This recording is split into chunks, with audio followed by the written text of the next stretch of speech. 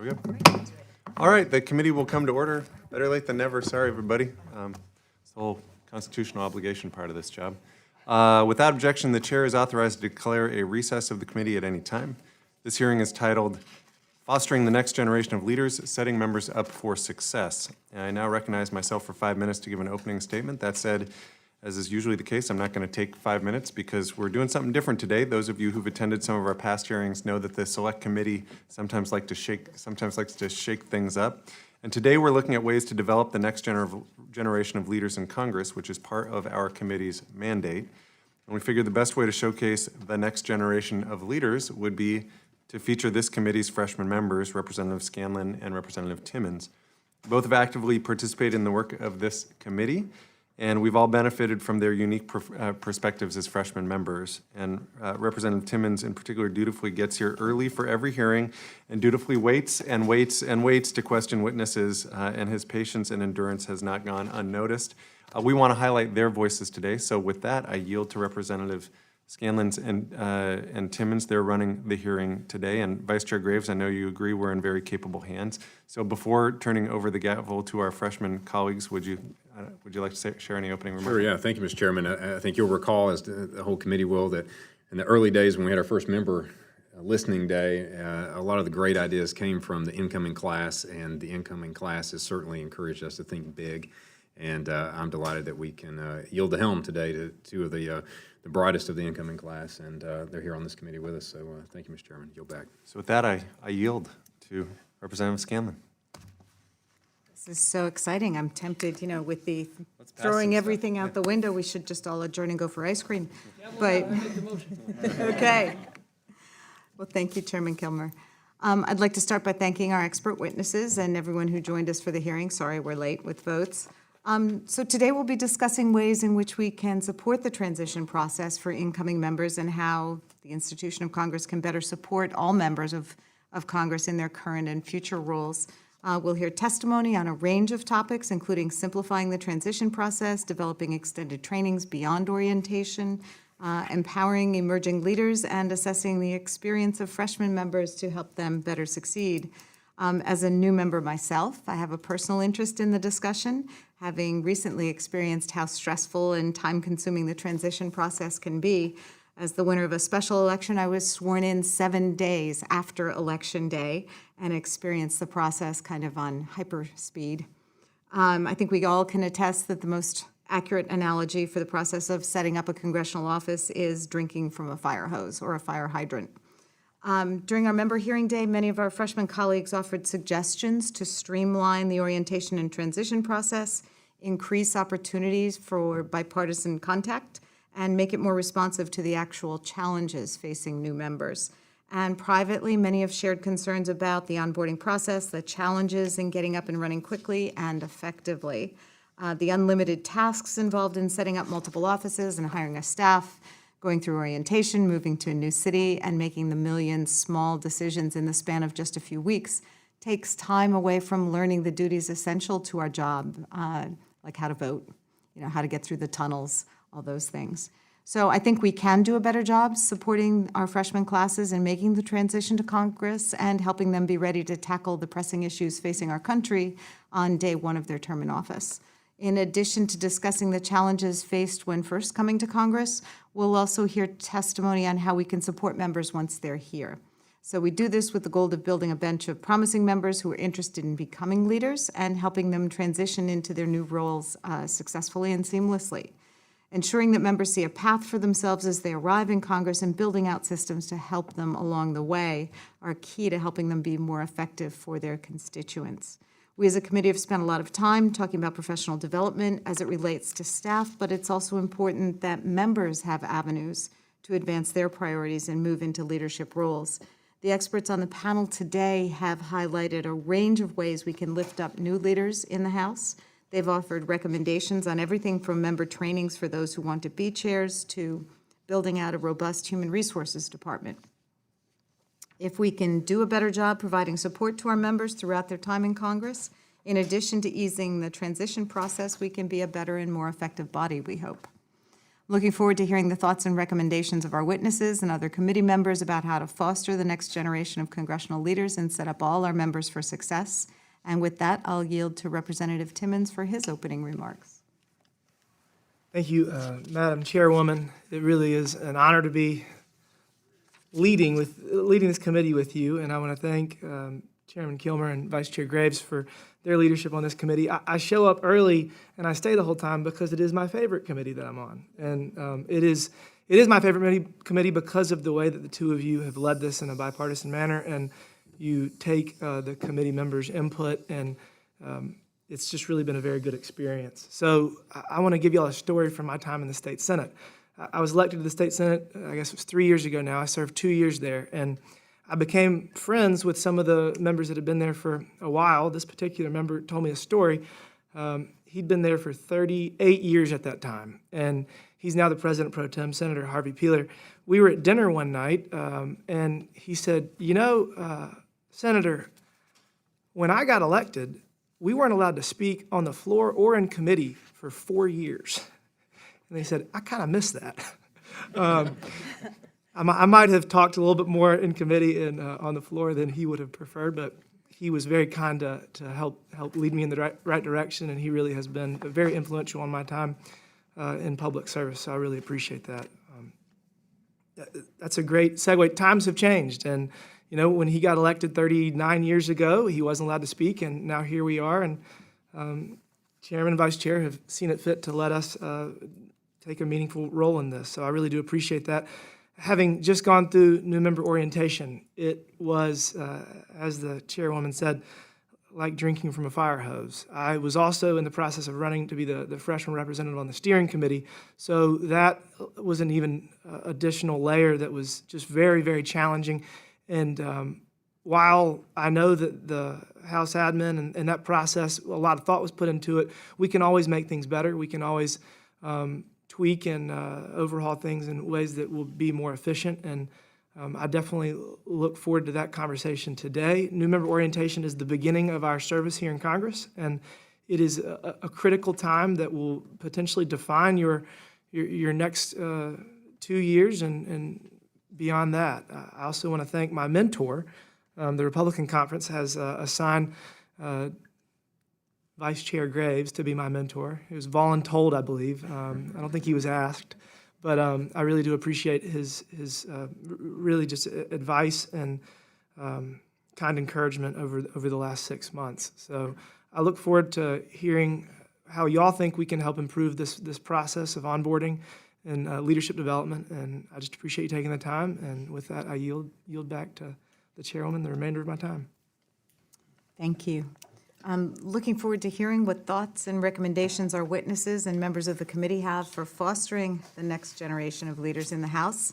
And so today we're going to welcome the testimony of 3 witnesses.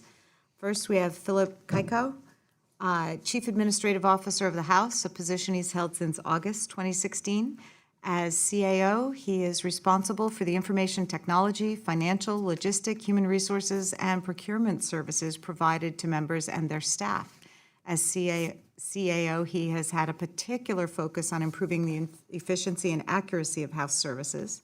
He has a long record of House and government service, first working as a legislative director and chief of staff in a personal office of a member. In the mid-'80s and early '90s, Mr. Keiko worked in the executive branch at the Department of Education and the Department of the Interior. He also served as staff director and general counsel for 3 House committees, including the Committee on House Administration, which is responsible for overseeing House operations, including those carried out by the CAO. So you're pretty much the mayor of the House. Stacey Householder is the Director of Leadership and International Programs at the National Conference for State Legislatures. She's been with NCSL since 2008, and her responsibilities include overseeing program content development for legislative leaders, creating and providing training for legislators, communicating with and providing services for legislative leaders, and overseeing NCSL's international partnerships and programs. She has developed and delivered numerous specialized programs for legislators and legislative staff across the country. She's spoken and trained national and international audiences on a variety of professional development issues specific to legislatures.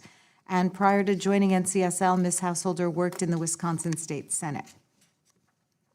Richard Shapiro spent 19 years at Congressional Management Foundation and served as its executive director from 1990 to 2006.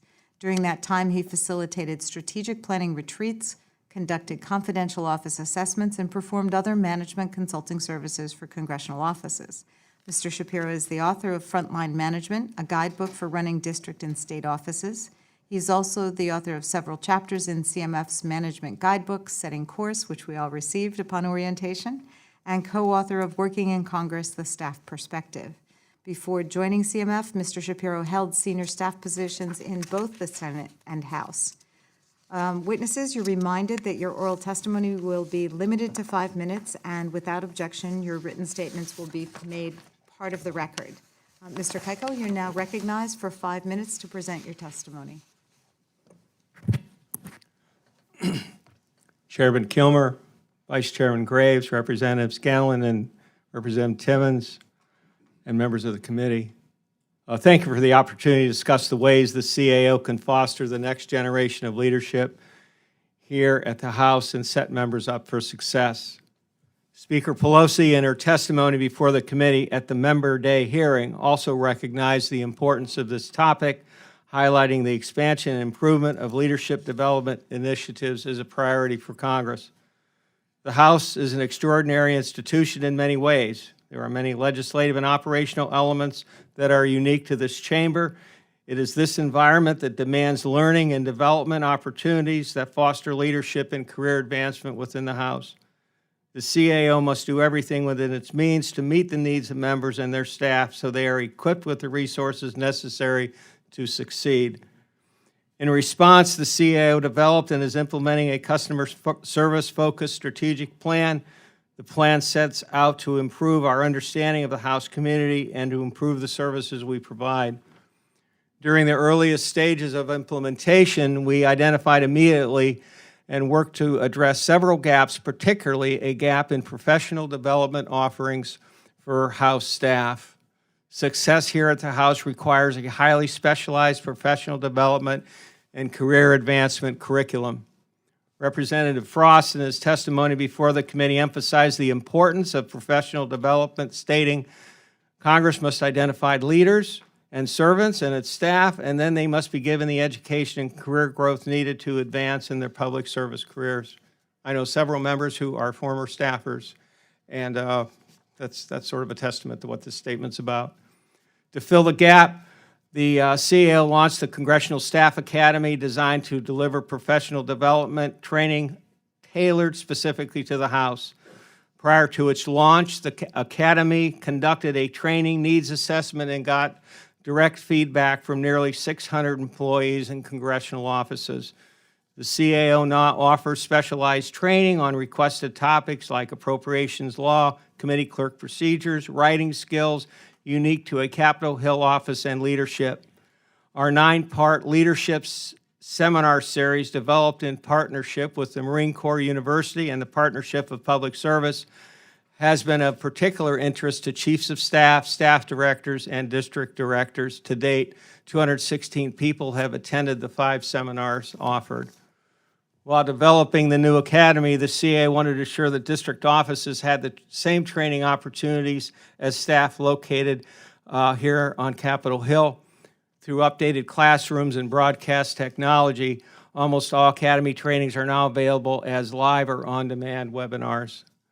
To be effective on Capitol Hill, one needs a work-life balance, which is why last year we worked closely with members to launch the House Wellness Center. The center offers in-person and online courses for DC and district office staff on a wide range of topics from mindfulness, nutrition, fitness, general health. We recently had a wellness fair, and it was attended by over 700 staff.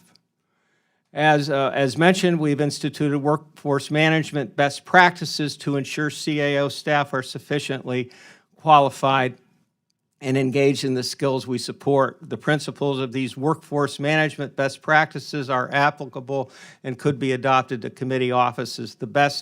These best practices include a new performance management system, leadership training for managers, workforce planning, practices to recruit, hire, and manage talent. Earlier this year, our human resources team launched an effort to define the qualities and skill sets required of leaders within the CAO and advance those kind of opportunities, and we think that could be applicable here as well. Finally, in addition to enhancing the services, the CAO can improve and streamline the administrative experience of members, specifically the transition process for new members. The administrative burden of setting up a congressional office distracts from the focus of big decisions that members have. Based on feedback from members and staff, it's clear the time it takes to set up a district office is too long, and equipping and outfitting offices is too complex. Over the years, working with the Committee on House Administration, we've attempted to try to streamline and simplify some of the setup processes. For example, we can do all the web sites, and I think we did for the freshman class all the websites. There are other processes that we can automate, and I'm running out of time, so I welcome feedback from the member, which I'm sure I will receive. Thank you very much. Thank you very much. Ms. Householder, you're now recognized for 5 minutes for your testimony. Chairman Kilmer, Vice Chairman Graves, Representative Scanlon, and Representative Timmons, and members of the Select Committee, thank you for the opportunity to testify. The National Conference of State Legislatures, NCSL, is the national bipartisan organization serving all state legislators and legislative staff. Our mission is to strengthen state legislative institutions, provide connections between states, and serve as the voice of state legislatures in the federal government. My work includes researching programs that legislatures are implementing to cultivate skills and creating professional development courses that NCSL delivers in the states. I'll discuss how states and NCSL provide professional and leadership development. Americans expect their elected officials to solve problems and be stewards of democracy. It is an expectation that is about to enter its 5th century on American soil. This month, Virginia will celebrate the 400th anniversary of representative democracy when it marks the first meeting of the Virginia House of Burgesses in 1619. As the laboratories of democracy, state legislatures have been serving the American people ever since. State legislators study, negotiate, compromise, and collaborate to get things done, and the vast majority of legislation passed is done so with bipartisan support. Yet there is no formal training to be an effective legislator. Some states are beginning to expand on what have been limited legislative training programs. NCSL and other organizations are also adding programs to help legislators develop the knowledge they need to thrive. So what are the states doing? Well, they're taking it on the road. At least Missouri is. All newly elected legislators embark on a 6 to 10-day tour of the state to better understand other districts. While uncommon, this idea exemplifies the creativity and dedication state legislatures have in ensuring the success of legislators. NCSL is in the middle of an extensive national survey on orientation programs. Every chamber is providing base-level orientation. Popular topics include the role of the clerk and secretary, role and functions of other legislative staff, the budget process, ethics, bill enactment, chamber rules and procedures, and the committee process. Some states go beyond an initial orientation and provide ongoing skill development and training. Wisconsin, Idaho, Colorado, the Hawaii House, the Pennsylvania Senate, and the Washington House are examples of legislatures that provide ongoing professional development in at least one topic. For example, Colorado provides ongoing parliamentary procedure training for legislators. Idaho provides civics education each year. Several states have instituted a mentorship program, primarily in the caucuses, as you seem to have. What does NCSL offer? Our services include onboarding packets, in-state training, online training, and leadership programs. State requests for training have skyrocketed recently. Leaders across the country find ongoing skills development for their caucus or chamber appealing, primarily to help new legislators create a standard of what it means to be successful. Our most popular trainings are for committee chair training, effective legislator training, ethics, negotiation, media relations, and strategic planning facilitation for leadership teams. Often we conduct these trainings using former legislators, emphasizing peer-to-peer learning. NCSL's programs are always customized for the legislative environment, a critical piece of their success, and designed using adult learning techniques to boost interactivity and engagement. Consistently, feedback has been that the peer-to-peer programs are most beneficial. Furthermore, NCSL offers specific programming for legislators and leadership positions.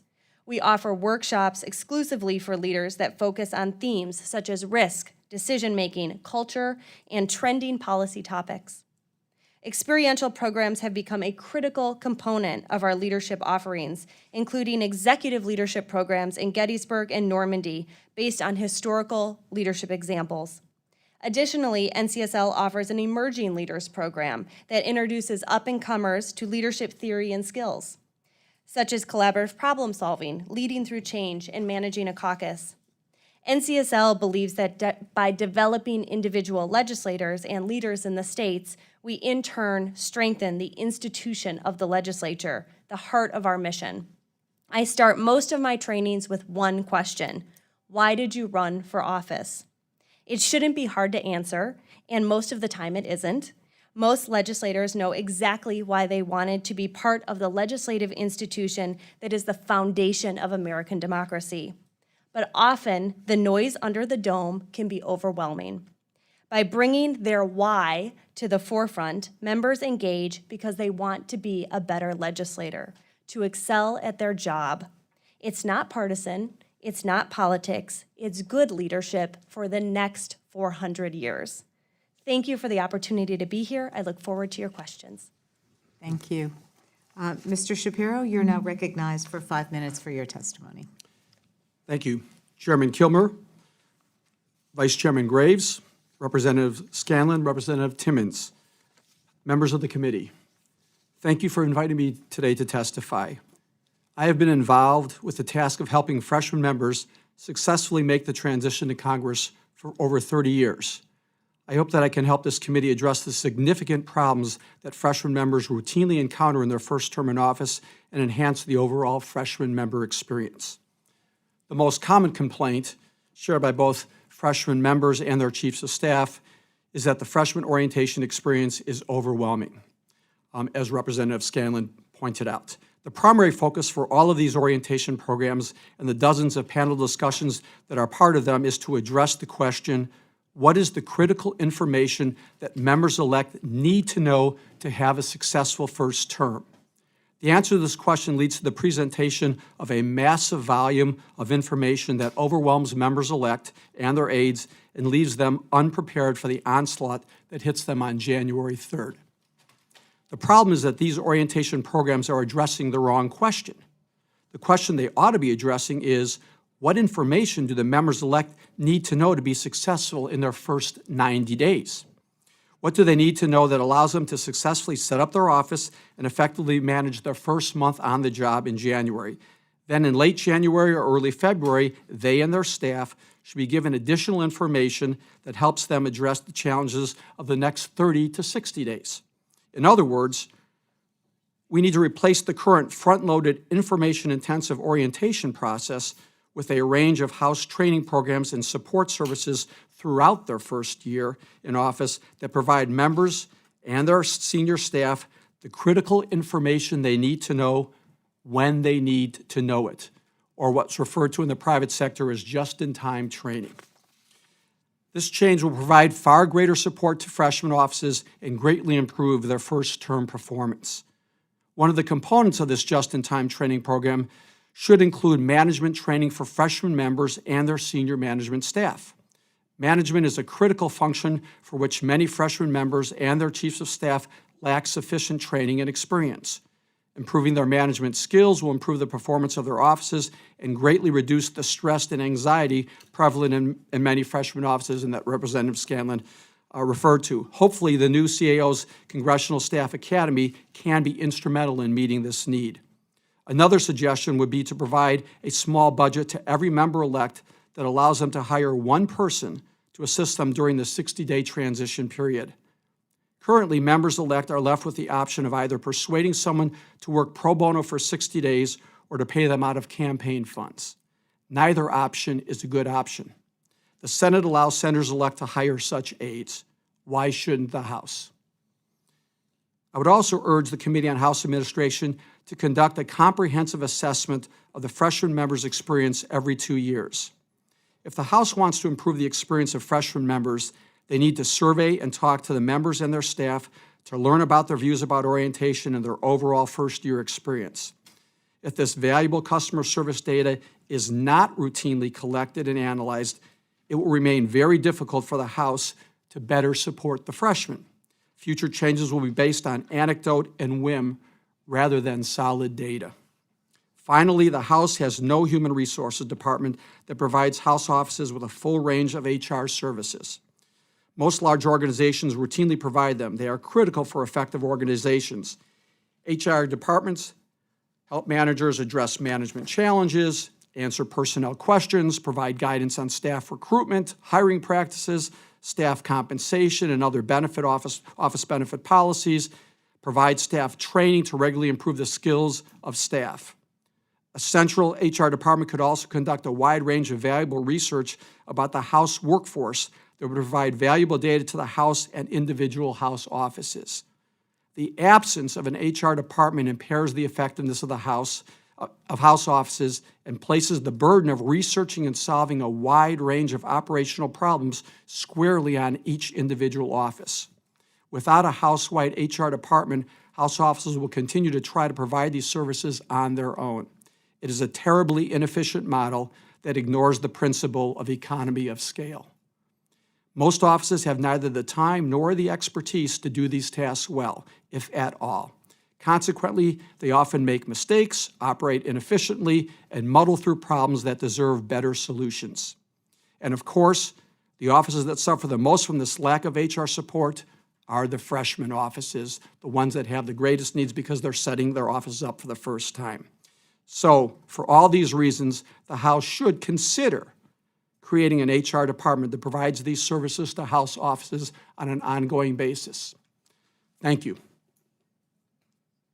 Thank you very much. I'll now recognize myself for 5 minutes of questions. Starting with you, Mr. Kaiko. First of all, I missed the launch of the Wellness Center. I guess I started a couple weeks too late, and if it's come into my inbox, I totally missed it, so I'm going to have to figure out how to access that. Maybe we need to offer it up to members more frequently. Okay.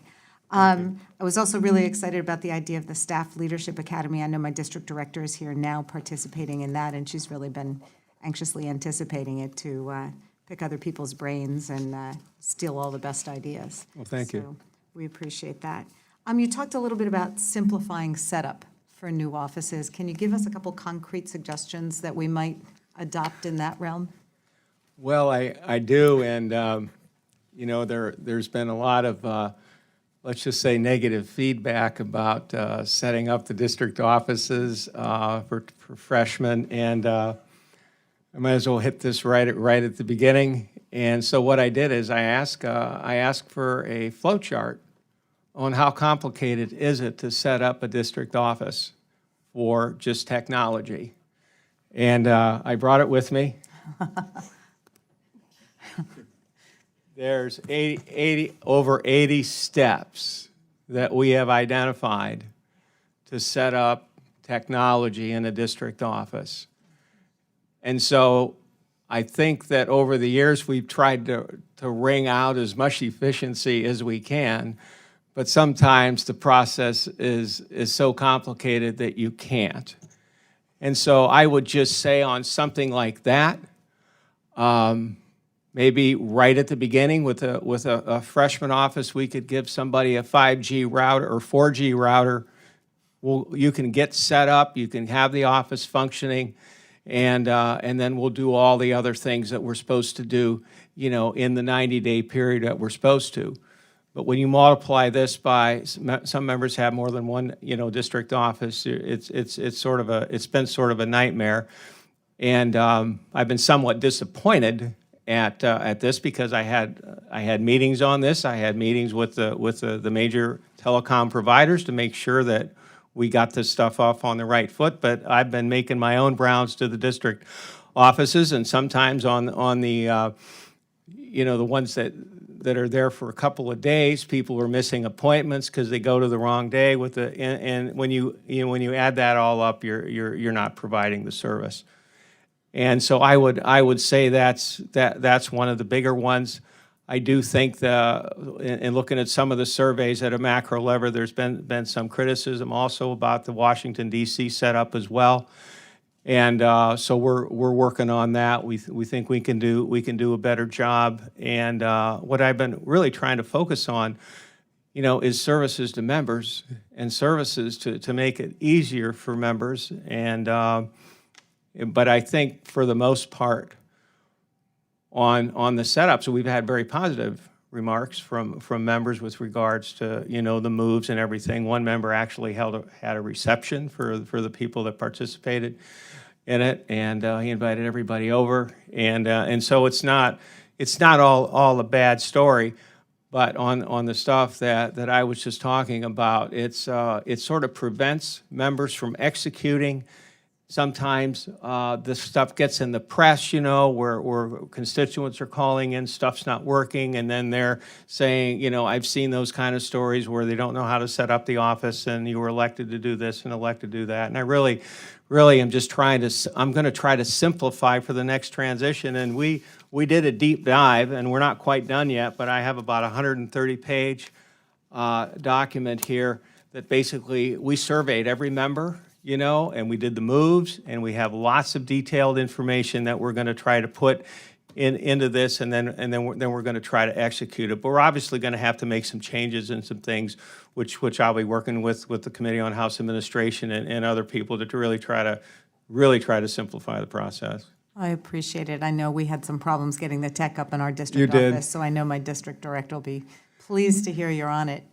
Mr. Shapiro, we have also been really interested in the idea of an HR department. Just coming from a corporate environment where, there might be different offices or different partners or something, having those central resources for the things that really just are duplicative.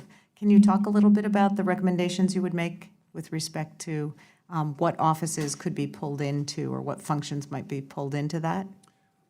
Well, yes, I think there's a number of functions that the House is now performing that can be consolidated, like the training department that the CAO is, the Staff Academy Office certainly could be pulled into that or left aside. Training is clearly an important component of HR, but there are many capacities that the House does not offer congressional offices. If a chief of staff or a member has a management problem, there's really no office they can sit down and confidentially talk to somebody and say, can I kind of air out my concerns and get some guidance and advice? If I have questions about personnel matters, if there's legal questions, I can turn to somebody, but if I'm simply wanting to determine the pay of a person or the compensation system in my office, is it fair, does it make sense, who do I turn to get information? So there's a range of services. If I want to recruit people, if I'm looking to recruit, for example, minority candidates, because I want to bring more minority candidates into my office, and I'm a freshman, how do I recruit people? How do I recruit minority candidates? What's the best practices? An HR office can provide these kinds of services and a wealth of other services. Lacking that information, lacking that place to go to, a one-stop shop, congressional offices have to do it themselves, and they often wind up not doing it at all. So what I'm looking for is not to tie anybody's hands, not to make any congressional office say you have to work within any compensation system that's going to say LAs can only be paid this much money. It's just simply whatever the service you have, you create an HR office that provides the support that House offices need and would benefit for themselves. So it's fully a volunteer kind of issue. It's where interested managers, interested members can go to get information on a wealth of issues that are confronting their offices, and many of these issues that they've never confronted before. So a resource that wouldn't be duplicative. Correct. And I see my time has expired, so I would recognize Representative Timmons for 5 minutes. Thank you, Madam Chairwoman. Mr. Kiko, I appreciate your candor with the challenges that we're facing. Technology was a huge challenge for my office, both in the district and here in D.C., but y'all were very helpful in working through the process, and it was while it took longer than I thought it should, it was a good experience working with your office, so I do Thank you. appreciate that. We're currently being live streamed and recorded and archived. Has anyone ever, or have we ever, recorded new member orientation and then made it available online for members to view at a later date? I'm not aware of it. No, I don't think so. Okay, I just know I missed a number of the opportunities to learn and the different evolutions. I know a number of the other members did as well. So that's something we could think about at some point. Okay. And I imagine we have the technology already available, Yes, so it we wouldn't do. be hard. It'd be easy. So I guess that was my first question. How challenging is it? Obviously, you don't know how many new members are coming in. There could be 25, there could be 125. Is that one of the bigger challenges y'all have as far as preparing? Well, we sort of have a range of, the average is maybe 50, but it could go higher, as it did this last year. This was the second largest class, so we try to prepare for the outside number. But there's a lot of extra contractors that we have to hire to move. I mean, we're not staffed up optimally, until we know the number. So I mean, it's a challenge, but we've been able to work through it. To what degree, well, how different is, for example, new member Representative Keller's experience than the experience we went to? Is it just very different, I would imagine, coming into the special election? Yeah, I think it is. I mean, you're dumped right in there and you're voting right away. And I know that another former member, Representative Ross Lathan, came in and sort of testified to the same thing. She said that she was elected and 2 days later she was voting. So I mean, it is a different experience. I know we met right away, right before you were sworn in, and we had meetings. We've had like 17 different meetings last year with members where there were special elections the last Congress, which was quite a few, but it's different. I go through a lot of stuff in an hour or 15 minutes. You have the meeting off the floor, and you meet with all the officers, and then we did try to assign somebody, to get you up and running, but it's difficult. It's very truncated, and you really lose a lot without having the whole new member orientation. But I think you did attend new member orientation later on. Yeah. And theoretically, if we were recording new member orientation, each evolution, it would be much easier for special election members to come in. And That's correct. you give them a little archive, say, you're going to be watching television for the next 2 days. Excellent. That's an excellent point. Just something to think about. Okay. Ms. Householder, thank you for your work at NCSL. That was one of the biggest resources I had when I was in the state senate, and it really is it's been a great resource, so I just want to thank you. Is this something that other states are doing as it relates to online training or recordings of trainings? Are a lot of states taking that route? Thank you for your question. Some states are doing recording of their orientations in particular that they can then share with people who maybe choose not to come to the orientation, or representatives or senators who are selected during a special election or something like that. Some states have that capacity. It's certainly not uniform across the country, I would say. And then in terms of other trainings that are offered, certain states are just getting off the ground with offering trainings in addition to new member orientation. And at this point, I'm not aware of trainings that are archived in that fashion. NCSL, as an organization, provides many archived trainings online in the form of webinars that legislators can go to further their skills. Thank you. I'm running out of time. Real quick, Mr. Shapiro, Congressional Management Foundation has been an incredible resource getting my office off the ground, so thank you. I was going to ask you about bipartisan relationships. They actually put us on different buses when we left the hotel. There were like Republicans there, Democrats there. I don't need to ask you a question other than, would you agree that it would be better to have us spending more time together whenever possible? I think that's, yes, absolutely important and critical. And I point out that in orientation, you're together a little bit, although you are separated an awful lot of the time, which doesn't make a lot of sense to me. But then after orientation, what programs, when you become a freshman member, what programs are offered that allows the freshman class to get together in total, Republicans and Democrats, and spend time, break bread, and work with one another and develop relationships that hopefully will last and benefit them for a long time.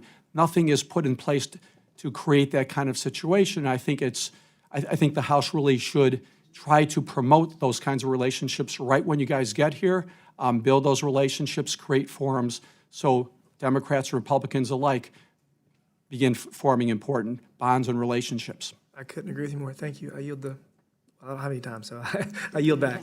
Thank you. I now recognize Chairman Kilmer for 5 minutes for questions. Thank you. I wanted to start with Mr. Kiko.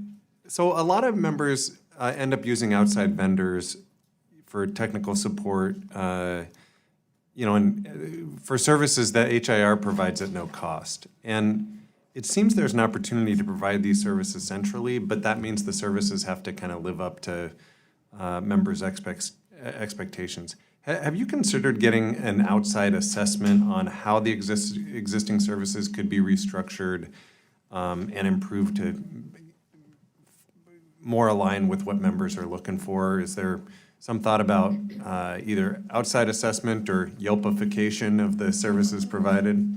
Well, I think that there's an obvious problem if you're offering services for free and members aren't using it. And I have in other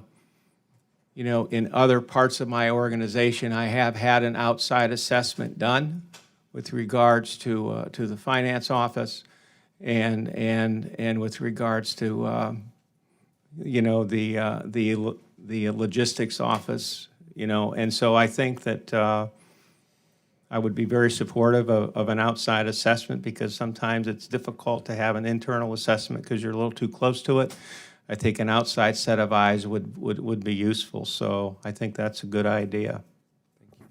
Thanks. I also, Ms. Householder, I want to echo Mr. Timmons' gratitude as a former state legislator. I served with Mr. Newhouse, whose birthday it is today. Happy birthday. I recollect my third year in the Washington State Senate becoming a committee chair and reaching out because I didn't know what I was doing, and I got then a CD on how to be a committee chair, which I drove, down Interstate 5 to Olympia listening to most every day. So thank you for that. In your written testimony, you mentioned leadership pipelines and how leaders today should be thinking about the leaders of tomorrow. In your experience, do many state legislatures have sort of clear leadership pipelines for members? And if so, can you talk about what they look like and how that's identified and whether that got guidance for us as to how to think about some of that stuff? Sure. First, I would like you to know that we have upgraded the CDs to podcasts. So we have moved up. But in terms of leadership pipelines, the advice that I would offer and what I would say the states are doing is that individual leaders are really taking it upon themselves to think for the future of the institution. So in terms of how we see current leaders preparing for the future, is that they are thinking in their minds, who can I see taking my place and carrying the institution forward? And oftentimes they will turn to NCSL to help augment this vision, meaning that they'll turn to us and nominate these members for our Emerging Leaders program, for example. Or they'll ask for resources from us that they could provide to promising members of their caucus that they can then share in their caucus. So we really see it in the current leadership thinking about the future. I'll yield back. Thank you. I now recognize Vice Chair Graves for 5 minutes. Thank you, Madam Chair. Thanks to each of you for being here. Most of the time when we're in hearings, we're often asking questions that we may know the answers to, and we ask panels questions that we want to see if their answers align with our knowledge and such. This panel is very different. We're typically asking questions that we don't know the answers to, and that's so true today. as well. So first to Ms. Householder and Mr. Shapiro, when I think about professional development in a outside organization, oftentimes the leadership of an organization encourages their employees to be involved in professional development. We've heard from CAO that that's available for staff. I have not really seen that available for members. So for, in essence, the CEOs of the organization, the managers of the organizations that we operate, what should we be looking at? What could be done is we're challenged with putting forth recommendations as to how we can make this institution operate a little better and how we can better serve the American people. Are there any specifics that you would recommend that, whether it's through CAO or through our own personal offices or this new HR concept, that we can be better developed professionally, whether it's through new technology, new software applications, presentations, operating a committee, of which I've chaired committees for a couple of years and had zero training in that, and it's just on-the-job training kind of stuff. But any thoughts on that you could help us with? And I'll start with Ms. Householder. Sure. Thank you very much. My initial thought in answer to your question is learning is what you make it and take it upon yourself. So we're in a day and age where online learning opportunities are endless. And anybody can go to a number of different platforms and gain leadership skills and knowledge to move forward. What I find the problem with some of those is that they aren't necessarily specific to the legislative environment, right? And this is true for states and at the congressional level. Unique skills are required for this type of work and in this environment. So my recommendation in terms of developing yourself for leadership is to look at what is out there currently that perhaps doesn't necessarily align exactly with the legislative environment, but is close, and then using that to try to create something for yourself and for your colleagues, right? NCSL has taken it upon ourselves to do this for leaders at the state level, and that is our leadership program that we offer. We craft specific programs that address legislative leadership, and we ask leaders to come to those programs and to share their expertise with other leaders. My second thought would be that peer-to-peer leadership exchange is absolutely critical and cannot be overstated, that the learning from one another is really where adult learning happens. Yeah, thank you. I feel like it sounds like you're suggesting voluntary personal development. Oftentimes in organizations there's a certificate or it's merit-based. You're earning more accolades or more responsibility, and maybe that's how we handle it with staff more so here. Mr. Shapiro, any thoughts on actual members better developing themselves to be better leaders in their office? And aside from the legislative process, we all get training on how a bill becomes a law. We get that, and we understand that the budget process, we get that training, but personal development. Right. I love the question. I think it's the critical and right question to ask, which is, how can we promote professional development for everybody who's in this institution? Because if everybody's getting better, the institution's going to get better. And right now, I would ask the question, what training programs are offered to House members to help you do your jobs better? There's all sorts of things you can do by talking to colleagues, but what programs are in place? Now, the CAO is creating a Congressional Staff Academy that's providing useful leadership training programs for managers. I would like to see that expanded to members.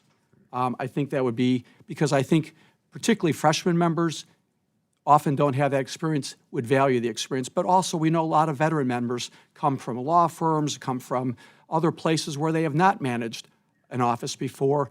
So as I said in my testimony, I think management training is critical. But I think the key point is if we're really going to be committed to professional development, and I think the CAO's office is now really, for the first time, this office is really committed to professional development and doing some very good things. I think we should also apply this to members and say, let's do a needs assessment of what members' needs really are, and survey all of you, talk to all of you, and say, there's a range of things we can offer. But I agree with your comment about looking what else is out there. But I really think it's going to be a great program. It's got to be tailored to the needs of members. So talk to members, identify what your training needs are. Are they management? Are they public speaking? Are they working with staff? Are they negotiation skills? What are the things that would make you better in your job? Where do you think you need training and assistance? And then build from the ground up those programs to meet exactly the needs that have been identified in the needs assessment. And the final point I would make is I agree with the comment about peer-to-peer training. I think it's really valuable. What opportunities informally members get together and freshman members get together, but wouldn't it be great if once a month freshman members met over breakfast with a facilitator and it was a confidential meeting and everybody can come forward and say, here's the issue I want to talk about today. I'm having a problem with my staff on this issue, or I'm dealing with a political issue back home. I'm worrying about a town hall meeting and how to do this. What is the experience of the rest of you, and can we, in closed doors here, share these ideas and learn from one another? I think those would be great opportunities. None of them go on right now, but you're asking the right question because that's exactly where we need to be moving to. Thank you. Thank you so much. Great recommendations. Thank you, Madam Chair. Okay. And I'd recognize Mr. Cleaver, Representative Cleaver. Your pass. Okay.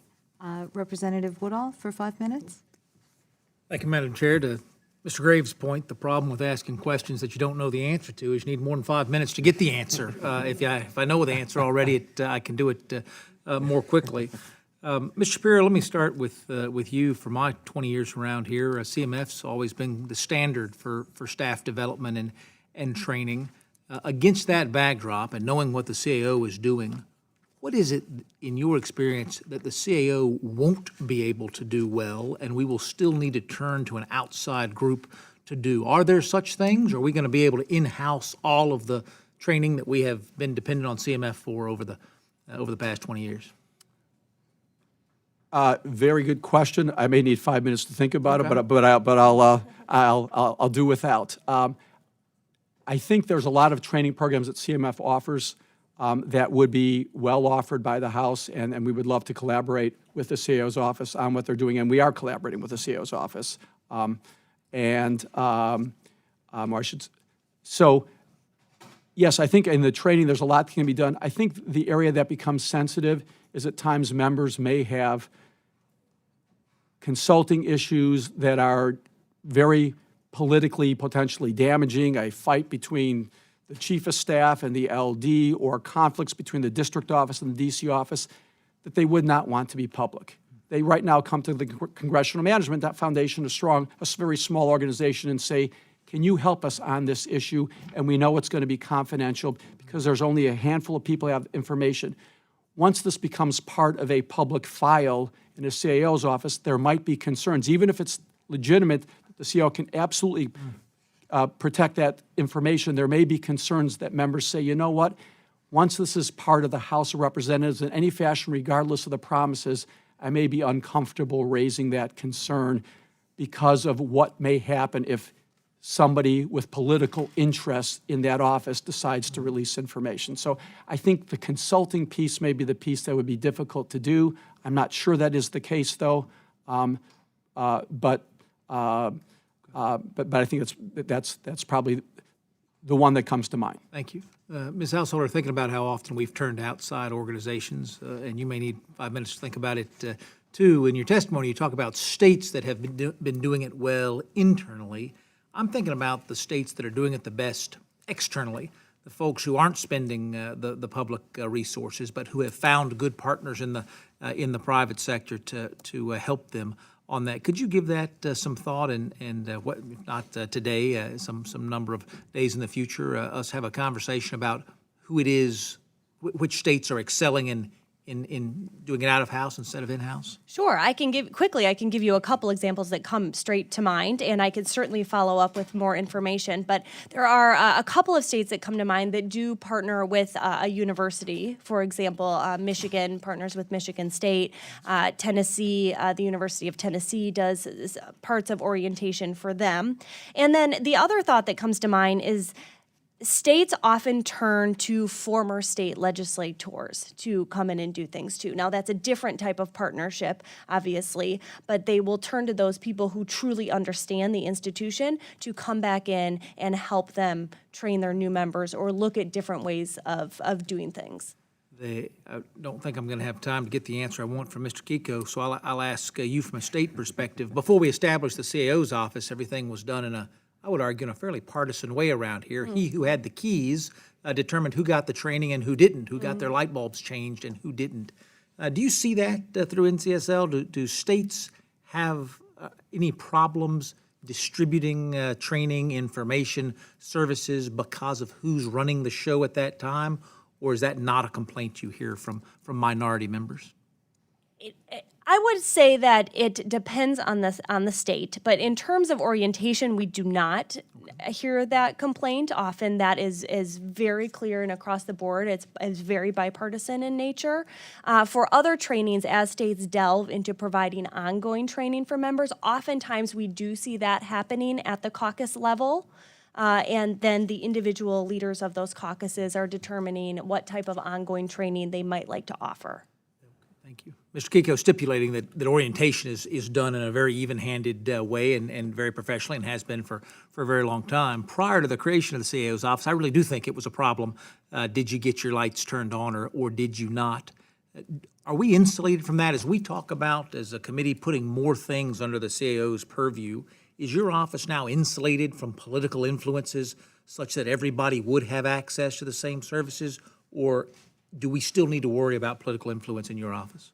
I mean, I have operated in a nonpartisan, non-political way. I think that's the only way that if it would not happen, then the CAO would not have any credibility, and we wouldn't even be having this kind of discussion.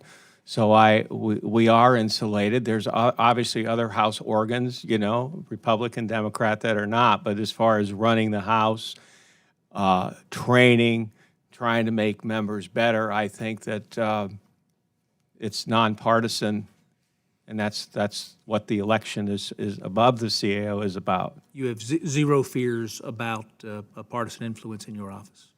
At this, under me and some of the other people, yes. Thank you. It's not, it doesn't say that there sometimes are attempts, you know, to have that, but I haven't seen it. I thank you very much. I think the final, I yield back.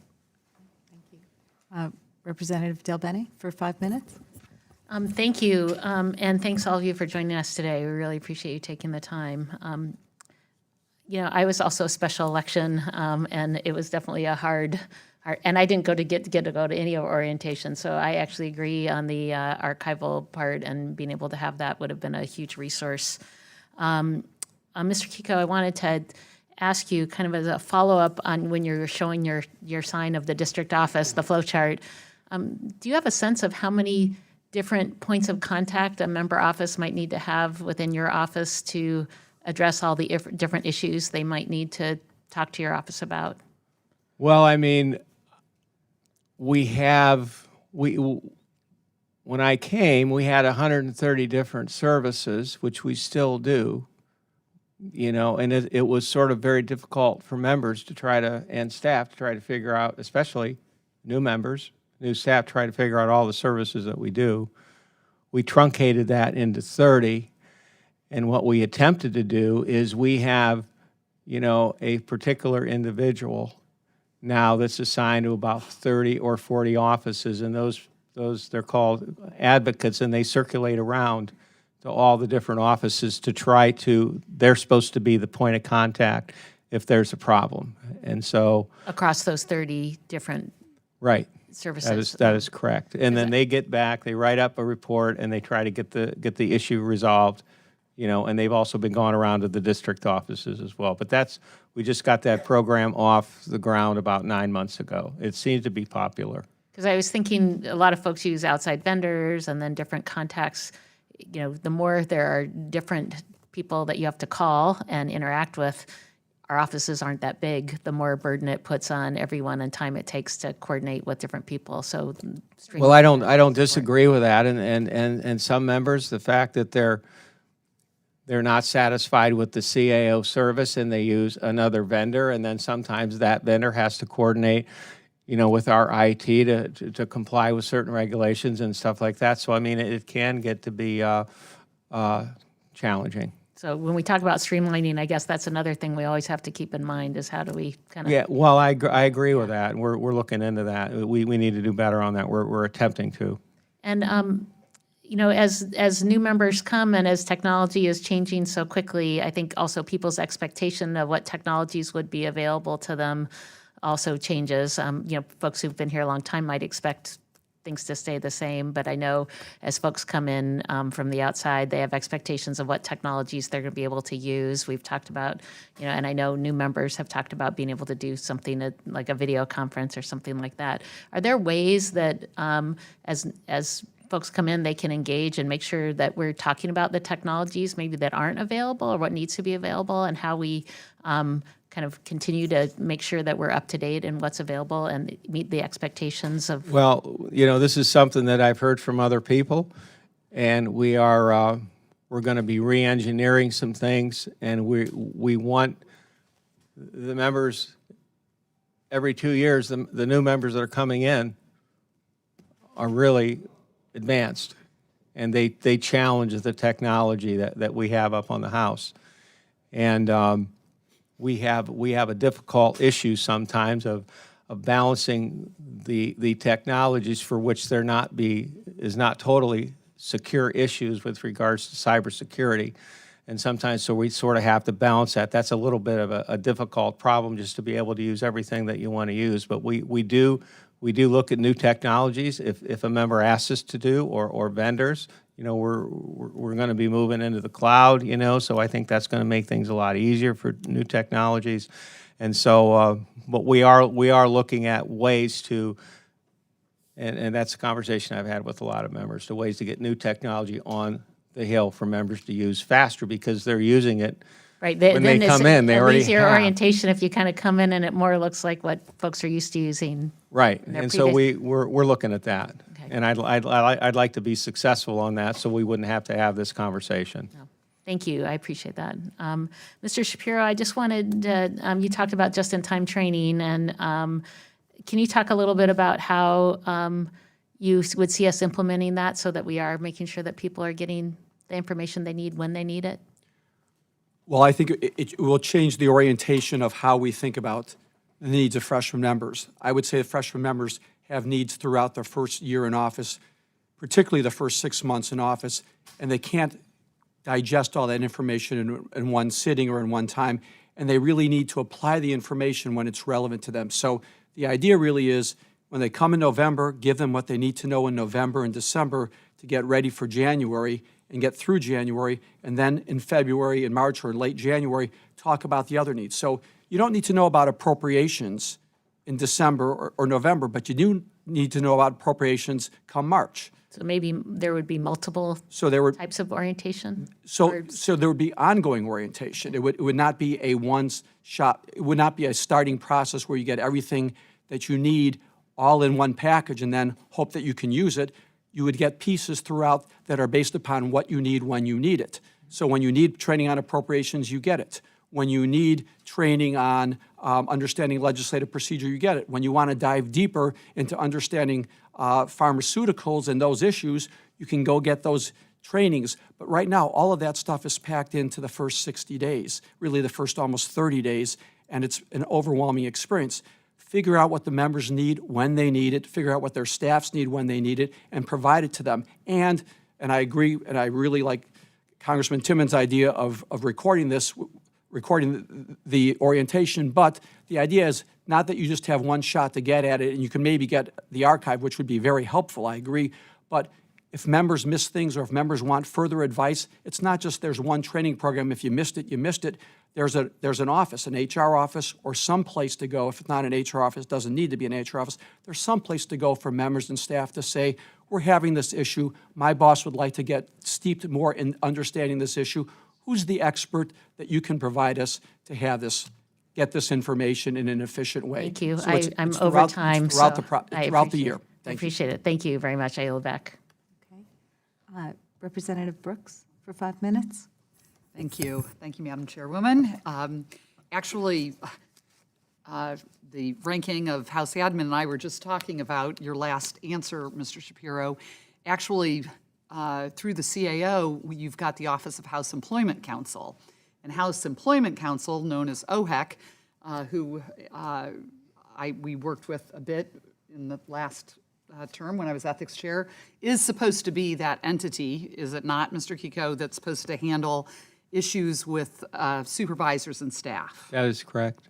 But I'm not certain, to be honest. I had been here 3 terms, and it wasn't until I was chair of the House Ethics Committee that I learned that OHEC existed. Okay, and I think that is, I had never heard, and maybe I had been told about OHEC during orientation, and this Office of Lawyers who were to advise us, but I didn't know about it until I ended up being chair of ethics. So just for the record, that is something that I think we could really elevate in some way, or as we look at centralizing some of the HR functions, OHEC has to be a part of this discussion. Mr. Kiko, one of the things that I know you've put in place, which I think is really good, is this new Customer Experience Center. Right. And I understand that we all now have folks dedicated to our offices as customer advocates. That is correct. And my office has an incredible person named April Lyman. Yes. But we moved from Longworth, several years in Longworth, over 6 years in Longworth over to Rayburn, but she actually didn't get assigned to our office until after our move. And has there been any discussion about having them help us before the move? She is fabulous and is wonderful, but we really could have used her before the move, not after the move. Okay, well, we can certainly make that happen. Didn't know if you had had any of those, but I'm glad that you've got that position because that's very, very helpful in moves, even for people who've been here a while. It's significant disruption, and so would love to have you think about that.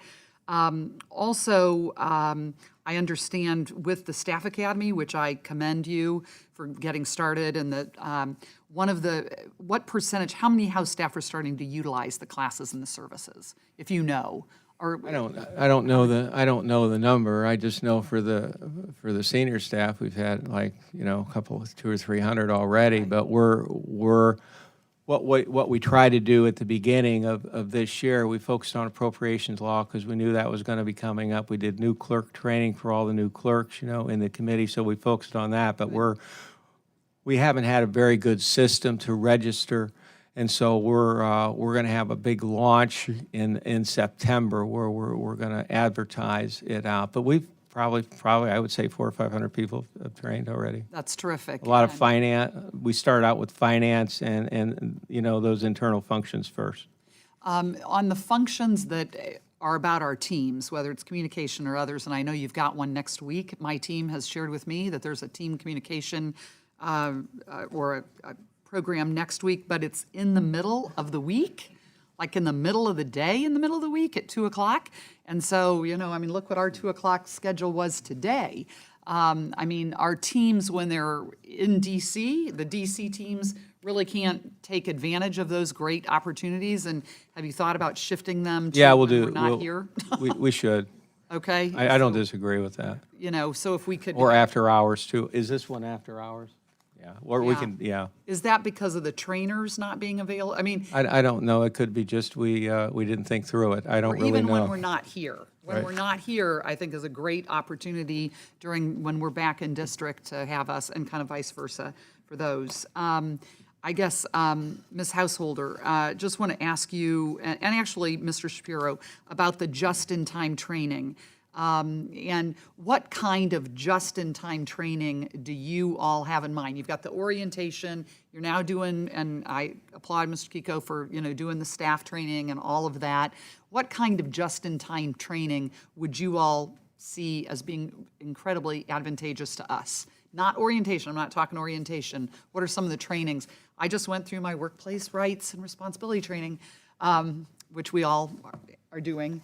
But what other kind of training? It's like the only training we have to do, I think maybe besides computer security training. Do we even do that? We don't even do that. We should. But I did that at the Justice Department. Any other, and my time is up, but are there any just-in-times that you believe we ought to be doing? Well, I mentioned appropriations, I mentioned there's a range of skill sets that members need. Like they need to understand the appropriations process, they need to understand the budget process, they need to understand how committees work. There's a range of issues, and this kind of gets back to the previous question about meeting the needs of members, and I think the just-in-time is what's critical then. Members, so for example, if it's just in time for freshmen, they've got their offices up and running.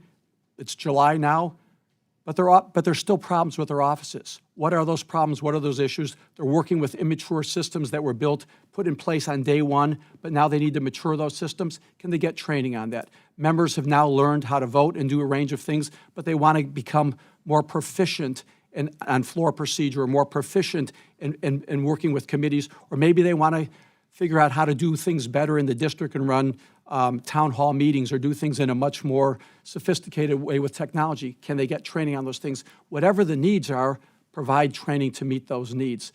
But it all starts with what the members' needs are and what their staff's needs are. And I'm sorry, I exceeded my time. I yield back. Thank you. Representative Davis will recognize you for 5 minutes. Sorry, yeah, I didn't. I took part of your time. That's all right. I didn't get docked for her going over, right? Okay, all right. Hey, I didn't think I'd say this today, but I'm actually very impressed with my new freshman colleague, Mr. Timmons' idea to archive the new member orientation. It's amazing what happens when you stay around long enough to listen to the freshmen ask the question. Seriously, William, it's a great idea. Although I don't know if Susan and I, when we got elected in 2012, would want to archive some of the dumb questions we probably asked. But it's something that we ought to be able to do at House Administration and working with the CAO and others that could be easily done and create that archive. So I look forward to working with you, Phil, over the next orientation as we plan to, and with Chair Lofgren to do that. I really enjoyed this committee. As somebody who spent 16 years working in a district office, that 80-step chart that you have there, Phil, probably been reduced by about 80 steps from when I started in 1997. I don't necessarily consider that progress in getting rid of bureaucracy either. It's not. Yeah, clearly, from our conversations, we know that. I really want to thank your technology team. They sat down with my colleague on this committee, Ms. Del Bene, and I, for an extended period of time, just, was it yesterday? Yeah, these days fly out here. So it was yesterday. It was a great conversation. Look, I think we all have the same goals, and that's what I hope all three of you get out of this hearing today, too. We all have the same goals, but we've got to focus on what we can do to achieve some of those goals. And Mr. Kiko, as the discussion has moved from how do we have a better customer experience, and you're making progress, and I bet you didn't think I'd tell you that today, did you? I'm very happy that you did. We still need to see some more progress on that customer service experience. And I don't know who said it at one of our roundtables, so I'm not going to take credit for it. But, implementation of customer service experience has been tried over the 23 years that I've been a staffer, and now the 6.5 I've spent as a member. We started with First Call. First Call is supposed to be that customer service experience. Obviously, since we're still talking about it, that wasn't as successful. But somebody mentioned, why don't we have an area in Longworth or someplace like an Apple store? Was that you, Susan?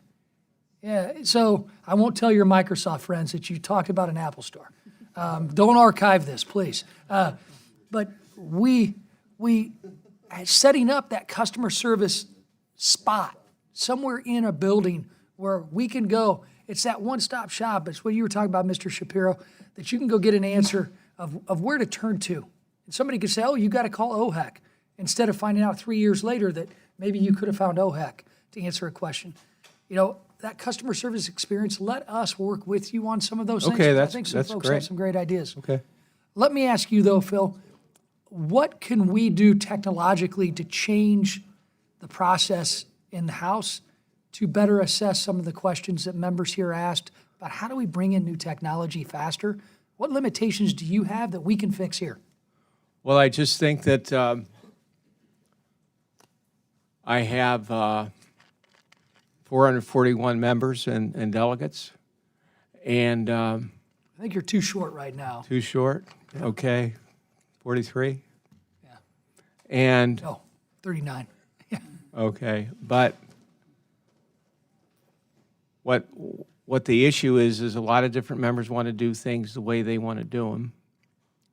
We can accommodate that to a certain point, but we have a lot of security issues that we have to worry about with regards to cybersecurity, and I've testified to that. And so what the challenge is to try to be on the. I mean, my goal is to be on the cutting edge of technology for the House, because this is the House of Representatives, and the members should have the best of the best, and they should have the same kind of technology that is in the private sector that everybody's using. And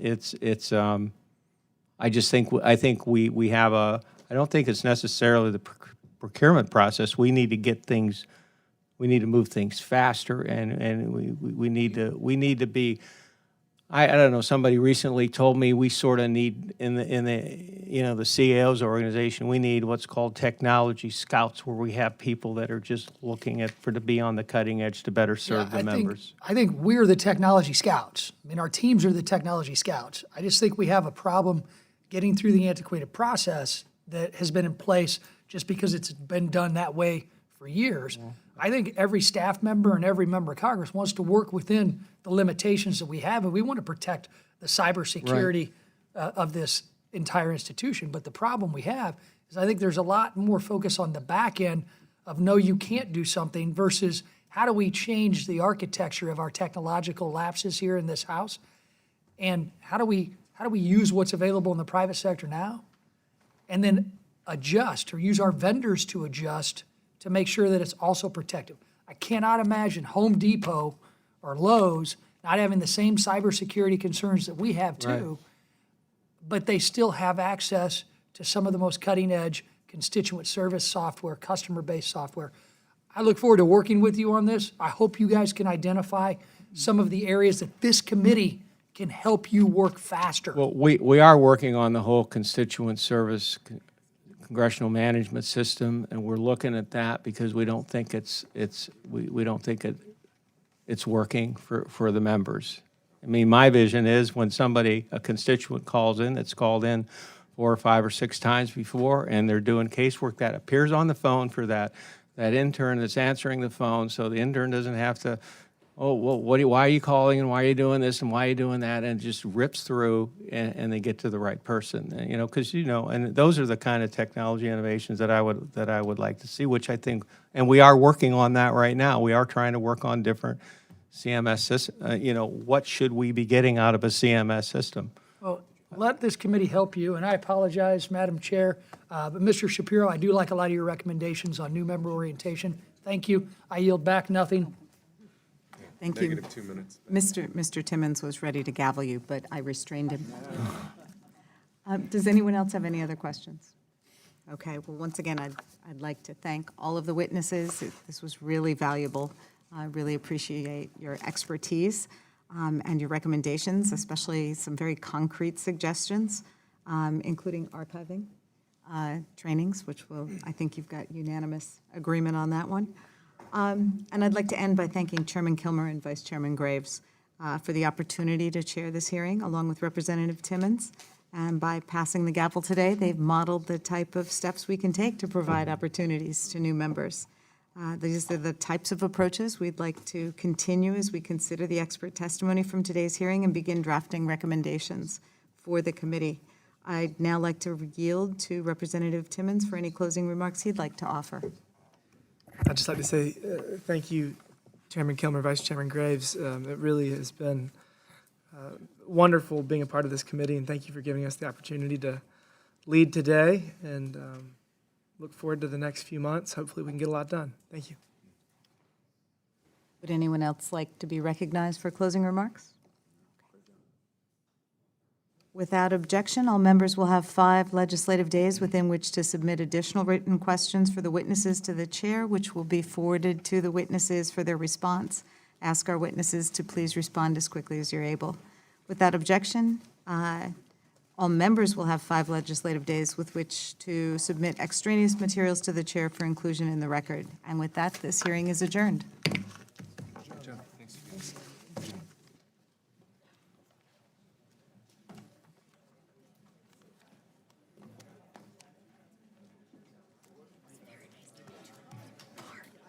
Thank you. You know, I'm not sure I wonder if I have a card. Let's see if I have brought a card or not.